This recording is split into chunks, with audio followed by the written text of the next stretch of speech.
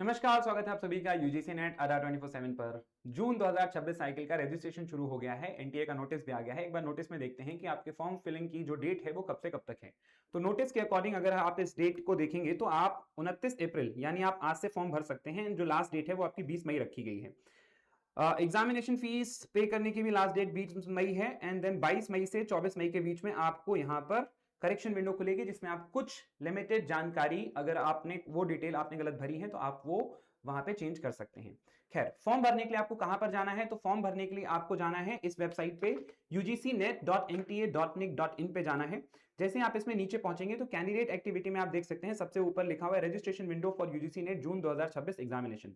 इस पे क्लिक करते हैं आप देख सकते हैं यहाँ पे आपको इस तरीके के ये तीन जो है वो कॉलम दिखेंगे। आपको बीच वाला सेलेक्ट करना है क्योंकि आप इस साइकिल के लिए पहली बार रजिस्ट्रेशन कर रहे हैं। लॉगिन पे नहीं जाना है, आपको न्यू रजिस्ट्रेशन पे जाना है। न्यू रजिस्ट्रेशन पे जाते ही आप नीचे पहुंचेंगे तो आप देखेंगे यहाँ पर फीस के रिलेटेड इंफॉर्मेशन है। जनरल कैटेगरी के लिए ये फीस 1150 रुपए है। ईडब्ल्यूएस ओबीसी के लिए ये फीस 600 है and SC ST person with disabilities and इसके साथ साथ थर्ड जेंडर के लिए ये फीस 325 रुपए है। आप थोड़ा और नीचे जाएंगे तो यहाँ पे कौन कौन से डॉक्यूमेंट की आपको जरूरत पड़ेगी वो है आपका फोटो, सिग्नेचर, स्कैन कॉपी आपके पास होनी चाहिए। देन अगर आप person with disabilities and benchmark disabilities category से हैं तो आपके पास वो सर्टिफिकेट भी स्कैन्ड कॉपी उसकी होनी चाहिए। आप नीचे जाएंगे तो यहाँ पे आप देख सकते हैं इस चेक बॉक्स पे आपको टिक करना है I have downloaded the information bulletin. Then आपको क्लिक टू प्रोसीड पे जाना है। क्लिक टू प्रोसीड पे पहुंचते ही आपको लॉगिन के लिए यहाँ पे मतलब रजिस्ट्रेशन के लिए एक पेज खुलेगा। अब ये इसमें नया बदलाव है। आपका अगर डिजी लॉकर में अकाउंट नहीं बना है तो आप इसमें लॉगिन नहीं कर सकते हैं। तो आपका अगर डिजी लॉकर में अकाउंट है तो आप इन तीन तरीकों से डिजी लॉकर में आप लॉगिन कर सकते हैं, जैसे मोबाइल, यूजर नेम या आधार। अगर आपका डिजी लॉकर में अकाउंट है तभी ये ऑप्शन काम करेंगे। आप अगर सोच रहे हैं कि डिजी लॉकर में अकाउंट नहीं है, मैं यहाँ पे आधार नंबर डालूंगा तो लॉगिन हो जाएगा, तो नहीं होगा। पहले आपको डिजी लॉकर में अपना अकाउंट बनाना है। तो अगर नहीं है तो आपको यहाँ पे साइन अप में जाके अकाउंट बना लेना है। एक बार आपका डिजी लॉकर में अकाउंट बन जाएगा तो आपके सामने कुछ इस तरीके से पेज खुलेगा। ठीक है, जैसे आप लॉगिन करेंगे, लॉगिन करते ही ये जो आपके सामने पेज खुलेगा, यहाँ पे आपसे कुछ कंसेंट मांगने की वो बात कर रहा है कि आप कौन कौन से डॉक्यूमेंट आप अपने इनको देना चाहते हैं। तो आपको सारे इसमें टिक नहीं करने हैं, आपको यहाँ पर अपना आधार कार्ड बस टिक करना है क्योंकि आईडी वेरीफाई करने के लिए कोई भी एक डॉक्यूमेंट आप कर सकते हैं। तो आपने आधार कार्ड पे यहाँ पे टिक कर दिया। देन फिर आप आगे जाके देखेंगे कि इसका पर्पस क्या है। पर्पस नो योर कस्टमर यहाँ पे सेलेक्ट करके देन आपको जो है वो अलाउ पे क्लिक कर देना है। अलाउ पे क्लिक करते ही आप यहाँ पे एंटर हो गए हैं। अब आपका आधार कार्ड में जो भी डिटेल है यहाँ पे आपका नाम लिखा हुआ आ जाएगा, फादर का नाम लिखा हुआ आ जाएगा, आपकी डेट ऑफ बर्थ पहले से लिखी हुई आएगी। बट इसमें आपको जानकारी या एक जरूरी बात ये याद रखनी है कि अगर यहां पर लिखी हुई डिटेल, मतलब आपके आधार कार्ड में जो डिटेल है और आपके 10th की मार्कशीट में लिखी हुई डिटेल अगर अलग अलग है तो आपको इसको एडिट कर लेना है। क्यों? क्योंकि यहां पर लिखी हुई जो डिटेल है वो आपकी 10th की मार्कशीट के हिसाब से होनी चाहिए। आपका नाम वही हो जो 10th की मार्कशीट में है, पिताजी का नाम, माताजी का नाम and date of birth exactly same to same वही होनी चाहिए जो 10th की मार्कशीट में है। आधार कार्ड के हिसाब से इसको नहीं भरना है। देन आप यहाँ पे अपना जेंडर सेलेक्ट करेंगे। वापस से आप इन डिटेल्स को दोबारा कंफर्म करेंगे, सेम डिटेल आप यहाँ पे फिर से भरेंगे। ये भरने के बाद फिर आपको यहाँ पर अपना एड्रेस भरना है।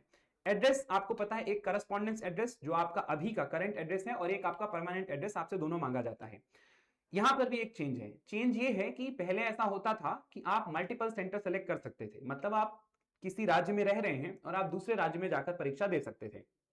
अब ऐसा है, आप यहां पर जो सेंटर भरेंगे अपने करंट एड्रेस में, मान के चलो आपने यहां पे, आप थोड़ी देर के लिए मानते हैं आप अपने करंट एड्रेस में आपने हरियाणा भरा है एंड आपने अपने परमानेंट एड्रेस में यहां पे यूपी भरा है। तो जब आप सेंटर सेलेक्ट करेंगे तो आपको सिर्फ यही दो स्टेट ऑप्शन में आएंगे। इसके अलावा अगर आप सोचते हैं कि मैं जाके महाराष्ट्र में पेपर दे दूं तो आप नहीं भर पाएंगे। इस बार ये बदलाव है। ठीक है, पहले ये चीज अलाउ की जाती थी कि आप पूरे 28 के 28 राज्यों में से किसी भी राज्य में जाके पेपर दे सकते हैं। तो आपको ध्यान रखना है कि आप करेंटली अभी जहां पर रह रहे हैं आपको वो एड्रेस यहां पे भरना है एंड देन इसके साथ साथ आपको यहां पर आपका आपका जो परमानेंट एड्रेस है वो आपको यहां पर भरना है। ठीक है, तो आपका प्रेजेंट एड्रेस आपने ऊपर भर दिया है, परमानेंट एड्रेस अब आप यहां पे नीचे भरेंगे। ठीक है, यहां पे आप देख सकते हैं आपको अपना पूरा कंप्लीट एड्रेस भरना है। ठीक है, country, state, district, pin code, ये सारी चीजें भरना है, ये करंट वाला है। देन आपको अपना ईमेल एड्रेस भरना है, मोबाइल नंबर को कंफर्म कर देना है। ठीक है, अगर आपका current address and permanent address दोनों एकदम सेम टू सेम है तो आपको बस इस चेक बॉक्स पे यहाँ पे टिक कर देना है। ठीक है, तो वो अपने आप ले लेगा।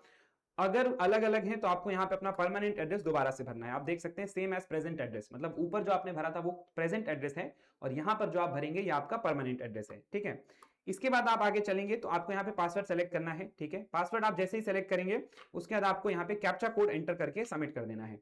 सबमिट पे करते ही आपके पास एक जो है वो इस तरीके से पेज खुलेगा।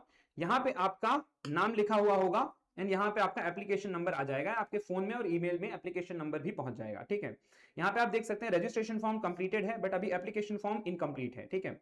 फीस पेमेंट भी अभी इनकम्प्लीट है। आप थोड़ा सा और आगे बढ़ेंगे तो आप यहाँ पे देख सकते हैं, जैसे ही आप इसमें नीचे जाएंगे तो यहाँ पे आपको ये ऑप्शन दिख रहा है फिल अप एप्लीकेशन फॉर्म। इस पे आप क्लिक करेंगे तो आप नेक्स्ट पेज पे पहुंचेंगे। नेक्स्ट पेज पे पहुंचते ही आपको अपनी यहाँ पे पर्सनल डिटेल भरनी है। पर्सनल डिटेल में आपका नाम यहाँ पे फिल करना है, डेट ऑफ बर्थ आपको again same to same 10th वाली, जेंडर फादर का नाम, मदर का नाम, नेशनैलिटी आप यहाँ पे इंडियन भरेंगे।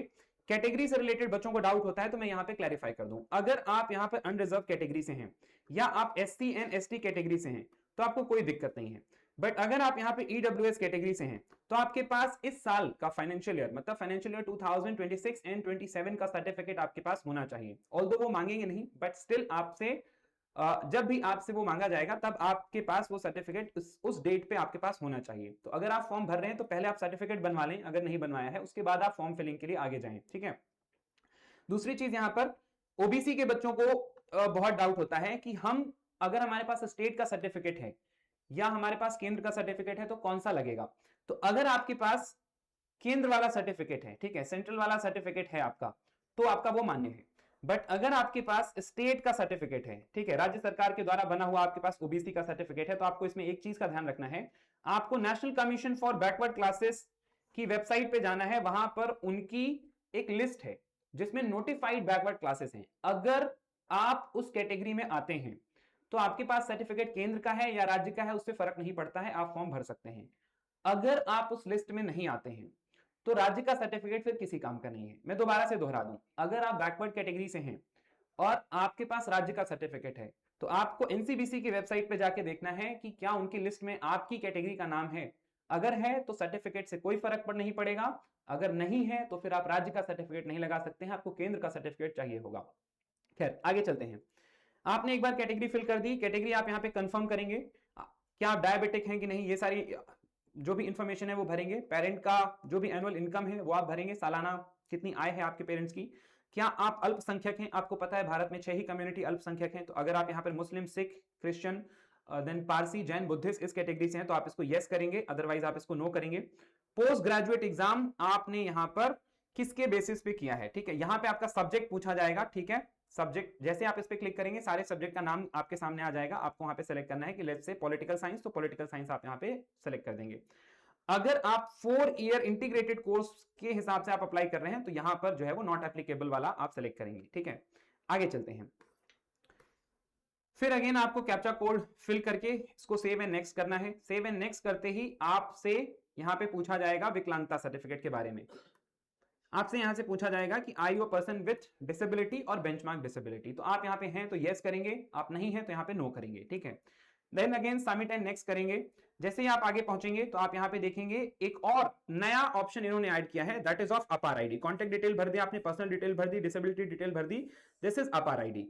अपार आईडी के लिए एक पेज आएगा कि आपके पास अपार आईडी है या नहीं। अगर आपके पास अपार आईडी है तो आप उसको यस करेंगे। यस करते ही आपके पास ये वाला पेज खुल जाएगा, ठीक है, और आप अपनी अपार आईडी की सारी इंफॉर्मेशन आप यहाँ पे भर देंगे। अगर आपके पास अपार आईडी नहीं है तो भी कोई दिक्कत नहीं है, आप फॉर्म आगे भर सकते हैं। आपको सिंपली उसमें नो करना है एंड नो करने के बाद ये वाला पेज आपके लिए नहीं खुलेगा, ठीक है यस करेंगे तो ये पेज आएगा, आगे की आप आगे की डिटेल भरेंगे, नहीं है तो कोई दिक्कत नहीं है, ठीक है। इसके बाद आप थोड़ा सा और आगे जैसे ही इस पेज को सेव एंड नेक्स्ट करेंगे, आप आगे जैसे ही बढ़ेंगे तो अब आपके पास ये पेज खुलेगा। ये पेज आपके पास यहाँ पे आप I want to apply for UGC NET June on the basis of, तो यहां पे आपको 2 ऑप्शन दिखेंगे। एक है आपका पोस्ट ग्रेजुएट कि आप मास्टर्स के बेसिस पे भरना चाहते हैं, दूसरा है आपका यहाँ पर 4 ईयर इंटीग्रेटेड प्रोग्राम। आप जिस भी आधार पे इस फॉर्म को भरना चाहते हैं आप यहाँ पे वो सेलेक्ट करेंगे। देन सब्जेक्ट ऑप्टेड फॉर, आप यहाँ पे अपना सब्जेक्ट सेलेक्ट करेंगे। देन पेपर का जो भी मीडियम है आपका, हिंदी है, इंग्लिश है, टेंशन नहीं लेना है, आपका जब पेपर आएगा वो दोनों ही मीडियम में आएगा, बट फिर भी यहाँ पे भरना पड़ेगा। तो आप हिंदी, इंग्लिश जिस भी मीडियम से पेपर देना चाहते हैं आपको ये फिल करना है। देन इसके बाद अगेन इसी के बारे में हम बात कर रहे थे कि पहले ऐसा हुआ करता था कि आप यहाँ पे 28 के 28 राज्यों में किसी में भी आप पेपर दे सकते थे। अब ऐसा नहीं है, आपने शुरू में जिन 2 या 1 राज्य को अपने एड्रेस में भरा हुआ है आपको यहाँ पे वही ऑप्शन खुलेगा। एंड इसके बाद वहां पर जितने भी एग्जाम सेंटर अवेलेबल होंगे उनकी लिस्ट यहाँ पे खुलेगी, कौन कौन से सिटी में है, एंड देन आप उन्हीं में से चुन पाएंगे। कि मान के चलो मैंने यहाँ पे यूपी सेलेक्ट किया है, तो यहाँ पे सिर्फ मुझे यूपी ही दिखाई देगा, एंड उसके बाद यहाँ पर यूपी के जितने शहरों में एग्जाम सेंटर अवेलेबल होंगे बस वही दिखाई देगा। मैं यूपी का हूं, मैंने एड्रेस में यूपी भरा है, तो क्या मैं हरियाणा में जाके पेपर दे सकता हूं? बिल्कुल नहीं, ठीक है। तो ये इन्होंने नया इसमें जो है वो इंट्रोड्यूस किया है। नाउ आप यहाँ पे आगे की डिटेल भरेंगे, अपने फादर का ऑक्यूपेशन आप यहाँ पे भरेंगे, ठीक है, आपके पिताजी क्या करते हैं, देन पिताजी कितना पढ़े लिखे हैं, माताजी क्या करती हैं, वो कितना पढ़ी लिखी हैं, तो इतनी डिटेल आप यहाँ पे भरने के बाद आगे बढ़ेंगे, कैप्चा कोड फिल करके देन आगे आपको सबमिट एंड नेक्स्ट करना है। नेक्स्ट पेज में आप यहाँ पे पहुंचेंगे तो ये है अपीयर एंड अपीयरिंग वाला, ठीक है, कि आप अपीयर्ड हैं, ठीक है, मतलब अपीयर्ड हैं, अपीयरिंग हैं या फिर आप पास्ड हैं। तो यहां पर मैं आपको बता दूं, अगर आप अपीयरिंग हैं तो भी आप फॉर्म भर सकते हैं, अगर आप पास्ड हैं तो भी आप फॉर्म भर सकते हैं। आप फर्स्ट ईयर में हैं तब भी आप फॉर्म भर सकते हैं, सेकंड ईयर में हैं तब भी फॉर्म भर सकते हैं, लास्ट ईयर में हैं तब भी आप फॉर्म भर सकते हैं, पास हो गए हैं तब भी, मतलब आप हर केस में फॉर्म भर सकते हैं, बशर्ते आप अपने मास्टर्स में हो या 4 ईयर इंटीग्रेटेड कोर्स में हो, ठीक है। कंडीशन क्या है, अगर आपने अपना मास्टर डिग्री पास कर लिया है तो आप यहाँ पे पास भरेंगे, ठीक है। पास भरते ही आपको यहाँ पे 2026 और उसके पहले के जितने ईयर हैं उनकी लिस्ट दिखाई देने लगेगी। तो फिर आपको उसमें सेलेक्ट करना है कि आपने कौन से ईयर में अपना मास्टर डिग्री पास किया है। अगर आप पास नहीं है, आप अपीयरिंग है, फर्स्ट ईयर में है, सेकंड ईयर में है, तो आपको यहाँ पर पास नहीं अपीयरिंग भरना है। अपीयरिंग भरते ही आपको यहां पर जो लिस्ट दिखेगी ईयर्स की, वो 2026, 2027 और 2028 दिखेगी। तो आपको उस हिसाब से यहाँ पे ईयर सेलेक्ट करना है कि मान के चलो मैं फर्स्ट ईयर में हूं तो मेरा फाइनल ईयर कब कंप्लीट होगा, तो 2026 में अगर मेरा फर्स्ट ईयर चल रहा है तो 2028 में मेरा मास्टर्स कंप्लीट होगा, तो मैं यहाँ पे 2028 फिल करूंगा। तो उस हिसाब से आपको बताना है कि आपकी मास्टर डिग्री कब कंप्लीट होगी अगर अभी चल रही है तो, ठीक है। देन आपको यहाँ पे कोर्स एंड स्ट्रीम नेम आपको यहाँ पे सेलेक्ट करना है, ठीक है। फाइनल ईयर का रिजल्ट अवेटेड है या नहीं, ठीक है। अगर आप यहाँ पे अपीयरिंग हैं तो आप उसी हिसाब से भरेंगे, अगर आप पास हैं, मतलब अभी जस्ट पास हुए, जस्ट पास तो अभी क्या ही हुए होंगे, ठीक है, खैर। देन क्वालिफाइंग एग्जामिनेशन फॉर्म आपको यहाँ sorry qualifying examination from India से अब्रॉड से वो सेलेक्ट कर देना है। क्वालिफाइंग एग्जामिनेशन स्टेट किस राज्य से हैं वो भरना है। बोर्ड एंड यूनिवर्सिटी का नाम आप यहाँ पे अपना टाइप करेंगे तो वो आ जाएगा सजेशन में। रिजल्ट मोड, अगर आप अपीयरिंग हैं तो ये वाला ऑप्शन आपके लिए लागू नहीं होगा, अगर आप पास हैं तो ये वाला ऑप्शन आपके लिए लागू होगा। यहाँ पे आपको अपना जो भी रिजल्ट है कि सीजीपीए में आता है या परसेंटेज में आता है वो आपको यहाँ पर भरना पड़ेगा, ठीक है। आपने अपनी परसेंटेज डिटेल भर दी, आगे अगेन आप वही कैप्चा फिल करके सबमिट करेंगे। नेक्स्ट पेज में आप जैसे ही यहाँ पे पहुंचेंगे तो आप देख सकते हैं कुछ और इन्फॉर्मेशन वो आपसे मांगा गया है कि आप जुड़वा भाई हैं या बहन हैं और आप दोनों के दोनों इस पेपर में अपीयर हो रहे हैं, तो आपको जो भी येस नो जैसा भी है आप भर देंगे। देन क्या आप ऑलरेडी पीएचडी में एनरोल्ड हैं, अगर हैं तो येस करेंगे, नहीं है तो नो करेंगे। देन इसके बाद क्या आपका रिसर्च में कोई पहले से स्पेशलाइजेशन है, आपने अपने मास्टर्स के बाद कोई रिसर्च किया हुआ है तो येस करेंगे, अदरवाइज नो करेंगे। क्या आप एक्स सर्विसमैन हैं तो उसी हिसाब से आप इसको फिल करेंगे। अगेन आप इसको सबमिट करेंगे, आगे बढ़ेंगे तो नेक्स्ट पेज में पहुंचते ही आप यहाँ पे देख सकते हैं कि अब आपका यहाँ पे आप किस चीज के लिए अप्लाई करना चाहते हैं, ठीक है। अगर आपकी एज 30 साल से ऊपर है तो आप यहाँ पे सिर्फ और सिर्फ assistant professor and PhD only के लिए ही अप्लाई कर सकते हैं। अगर आप 30 साल से नीचे हैं वो खुद कैलकुलेट कर लेगा, आपको कैलकुलेट करने की जरूरत नहीं है कि वेदर आई एम एलिजिबल और नॉट, वो खुद कैलकुलेट कर लेंगे। आपको डेट ऑफ बर्थ बस सही भरनी है, उस हिसाब से वो खुद कैलकुलेट करके आपको बता देंगे कि वेदर यू आर एलिजिबल और नॉट। तीनों के लिए एलिजिबल है तो 3 ऑप्शन दिखेंगे, 2 के लिए एलिजिबल है तो आपको यहाँ पे 2 ही ऑप्शन दिखेंगे। अगेन आप इसको आगे सबमिट करेंगे, थोड़ा और आगे बढ़ेंगे, ठीक है। जैसे ही आप आगे चलेंगे तो अब इस बार इन्होंने क्या किया है, लाइव फोटो का सिस्टम यहाँ पे जो है वो इंट्रोड्यूस किया है। लाइव फोटो मतलब आपको फोन या लैपटॉप आप जिस भी माध्यम से भर रहे हैं मेक श्योर उसका कैमरा ठीक ठाक हो, ठीक है। देन इसके बाद आपको यहाँ पे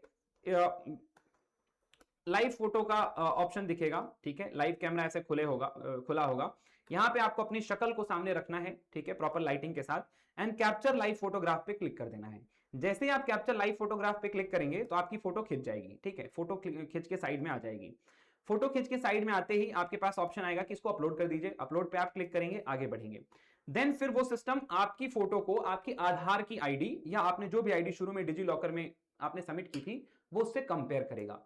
कंपेयर करके वो यहाँ पे आपको बताएगा कि क्या आपका अभी का फेस लाइव फोटो वाला और आपकी आईडी का फेस मैच हो रहा है या नहीं। अगर मैच हो रहा है तो वो बोल देगा कि हाँ ठीक है आपका फेस मैच हो रहा है, ठीक है। अगर नहीं हो रहा है तो वो बता देगा कि खींची गई तस्वीर आपके पहचान पत्र में दी गई तस्वीर से मेल नहीं खाती है। लेकिन कोई दिक्कत नहीं है, हो सकता है उसमें फोटो पुरानी लगी हो, बहुत से ऐसे लोग हैं जिनके आधार कार्ड में 10-10, 15-15 साल पुरानी फोटो लगी हुई है, तो आपको परेशान नहीं होना है, ठीक है। आप चाहें तो चेंज करवा सकते हैं, अदरवाइज आप आगे बढ़ जाइए। आगे बढ़ने के लिए आपको यहाँ पे इस वाले ऑप्शन को सिलेक्ट करना है कि फोटो मेल ना होने की स्थिति में आवेदन फॉर्म आप मेरा भर दीजिए, लेकिन अगर किसी नकल या प्रतिरूपण का मामला पाया जाता है तो उस केस में मैं सबूत दूंगा कि मैं मतलब यही व्यक्ति हूं। अगर नहीं दे पाया तो फिर मेरी ये पूरी की पूरी ये जो एप्लीकेशन है आप इसको रद्द कर देंगे। तो इस पर्टिकुलर चीज पे आप अपना अप्रूवल देके आप सबमिट कर सकते हैं, उसमें कोई दिक्कत नहीं होगी, ठीक है, बशर्ते आप प्रूव कर पाए कि आप सेम वही व्यक्ति हैं, आपने कोई गड़बड़ी नहीं की हुई है। आगे आप बढ़ेंगे यहाँ पे, तो नेक्स्ट यहाँ पे पहुंचते ही आपको अब अपना फोटो एंड सिग्नेचर अपलोड करना है। फोटो सिग्नेचर के लिए आपको पता ही है, यहाँ पे सारा डिटेल दिया हुआ है। Minimum 10 KB and maximum 200 KB में आपका फोटो होना चाहिए। आप पहले से उसको रिसाइज करके रखें। सिग्नेचर आपका 10 KB एंड 50 KB के बीच में होना चाहिए। आप यहाँ पे इसको अपलोड करके सेव एंड नेक्स्ट करेंगे। देन इसके बाद आप थोड़ा और आगे पहुंचेंगे तो यहाँ पे आप देख सकते हैं अब क्या क्या हो गया है। Registration complete, application complete. Now अब मेरा फीस पेमेंट यहाँ पे बचा हुआ है। फीस पेमेंट आप देख सकते हैं कि मैं जनरल कैटेगरी से हूं तो यहाँ पे 1150 रुपए फीस है, ठीक है। आप जिस भी कैटेगरी से होंगे आपका फीस उतना दिखा देगा। एक और चीज आपको ध्यान रखनी है, फोन नंबर तो आपका वेरीफाइड हो जाएगा, ठीक है, बट आपको अगर फोन नंबर ईमेल अगर दोनों यहाँ पे वेरीफाई नहीं है तो आप आगे फीस पेमेंट पे नहीं जाएंगे। तो अगर आपका वेरीफाई है तो ठीक है, नहीं है तो आप पहले ये आपको वेरीफाई करने के लिए बोलेगा, आप इसको वेरीफाई कर लेना। उसके बाद यहाँ पे आपको पेमेंट का पेज यहाँ पर जो है वो पे ऑनलाइन का ऑप्शन दिखेगा, ठीक है। पे ऑनलाइन का ऑप्शन दिखेगा, आप जैसे उस पर क्लिक करेंगे तो आप यहाँ पे पेमेंट पेज पे पहुंच जाएंगे। पेमेंट पेज पे आप जैसे ही यहाँ पे पहुंचेंगे तो आपको मल्टीपल ऑप्शन आपको यहाँ पर जो है वो पेमेंट के दिखना शुरू हो जाएंगे, ठीक है। तो आप वहां से यूपीआई के थ्रू या क्रेडिट कार्ड, डेबिट कार्ड के थ्रू आप इसको पे कर सकते हैं। एंड पे करते ही आपका फाइनल एप्लीकेशन सबमिट हो जाएगा। एप्लीकेशन जैसे ही सबमिट हो जाएगा उसके बाद आप अपना जो फाइनल फॉर्म है वो आप यहाँ पे डाउनलोड करके एप्लीकेशन फॉर्म को आप सेव करके रख सकते हैं। आपको 3-4 चीजें यहाँ पे नोट करनी है। आपको अपना एप्लीकेशन नंबर याद होना चाहिए, जैसे ही आपके फोन में मैसेज आता है आपको उस मैसेज को डिलीट नहीं करना है। आपको अपना पासवर्ड याद रखना है, ठीक है, जिससे बाद में जब एडमिट कार्ड आए या एग्जाम सिटी इंटीमेशन आए तो इसकी जरूरत पड़ सकती है, ठीक है। तो इतनी डिटेल आपको याद होनी चाहिए। इस पूरे के पूरे एप्लीकेशन प्रोसेस में अगर आपको किसी भी तरीके की दिक्कत होती है तो आप नीचे कमेंट सेक्शन में कमेंट करके मुझसे पूछ सकते हैं, मैं आपको पर्सनली उसमें गाइड कर दूंगा। आई होप ये सेशन आपको अच्छा लगा होगा। आप वीडियो को लाइक जरूर करें और अगर आप चैनल पे नए हैं तो सब्सक्राइब जरूर करें, जिससे आने वाले जितने भी इंफॉर्मेशन है वो हम आप तक टाइम से पहुंचा पाए। Thank you and all the very best.